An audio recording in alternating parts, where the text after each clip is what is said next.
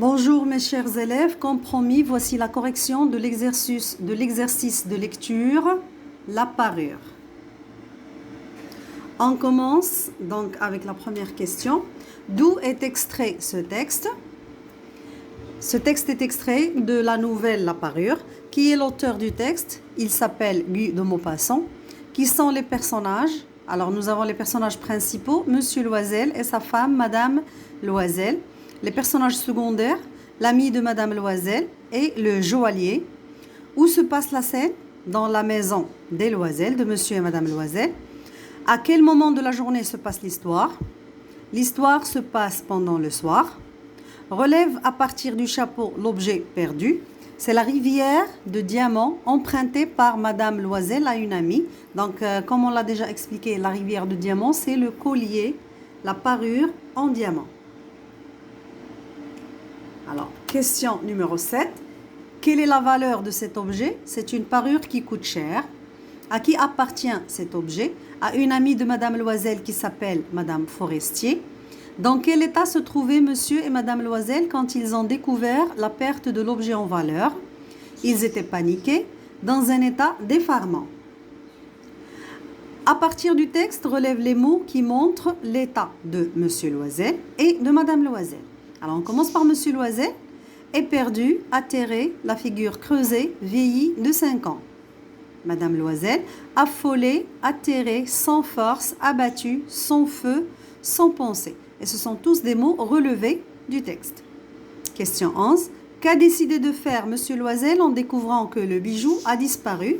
Il a décidé de commencer les recherches. Continuons avec la question numéro 12. Qu'a-t-il fait et où s'est-il rendu pour chercher la rivière de diamants? D'abord, il a refait le trajet à pied pour voir s'ils ont perdu le bijou dans la rue. Ensuite, il s'est rendu à la préfecture et aux journaux pour faire promettre une récompense à qui trouvera le bijou. Et enfin, il est allé voir les compagnies de petites voitures pour s'assurer qu'il n'est pas tombé, c'est-à-dire que le bijou n'est pas tombé dans le fiacre. Question numéro 13. Relève les phrases qui annoncent des situations de crise. Nous avons « Elle poussa un cri »,« Elle se tourna vers lui affolée »,« Il se dressa éperdu »,« je n'ai plus la rivière de Madame Forestier ». Question numéro 14. Que propose Monsieur Loisel à sa femme à la fin des recherches? Il propose à sa femme d'écrire une lettre à Madame Forestier dans laquelle elle lui annonce que la fermeture de la rivière était cassée pour gagner un peu de temps. Question numéro 15. Relève la phrase qui annonce la solution. La phrase est « Il faut aviser à remplacer ce bijou ». Dans quelle étape du schéma narratif peut-on classer cet extrait? Cet extrait est classé dans l'étape événement. Justifie ta réponse. Alors pourquoi événement? Car il y a une situation de crise et plusieurs actions effectuées par les personnages pour chercher la solution. Dernière question, relève les informations données par le dialogue. Alors le dialogue nous annonce la perte du bijou.